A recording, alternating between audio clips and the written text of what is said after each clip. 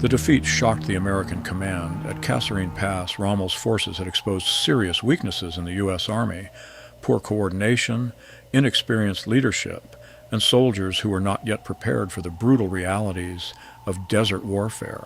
Washington knew something had to change. A new commander was sent to take control, George S. Patton.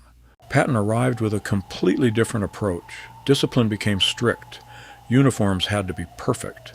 Weapons had to be ready at all times, and cowardice would not be tolerated. Patton believed one thing above all else: soldiers had to be aggressive. Under his command, the American Army began to transform. Training became tougher. Coordination between tanks, infantry, and air support improved. The mistakes made at Kasserine Pass would not be repeated. Meanwhile, Rommel's situation was growing worse. His army was running out of fuel. Supplies from Europe were being destroyed by Allied aircraft. Even the Desert Fox could not win a war without supplies.